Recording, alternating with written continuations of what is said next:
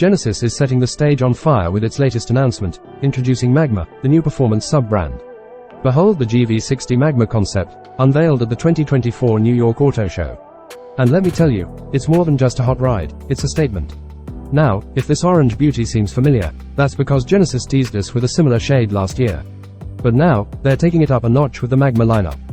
But what makes the GV60 Magma Concept truly special? Well, it's not just about the color. This electric crossover is packed with performance upgrades, from its improved battery to its tweaked motors. To handle all that power, the GV60 Magma Concept sits lower and wider, with a redesigned front fascia for improved cooling. And those 21-inch wheels, they're not just for show, they're integrated with aero discs for enhanced efficiency. Step inside, and you'll be greeted with luxury and sportiness combined. Orange contrast stitching and body-colored seatbacks. It's like sitting in the heart of a volcano. According to Genesis Chief Creative Officer Luke Donkerwalker, Magma isn't just about speed and performance. It's about elevating the driving experience to new heights, blending sporty driving with effortless comfort. So, when can you get your hands on this fiery masterpiece?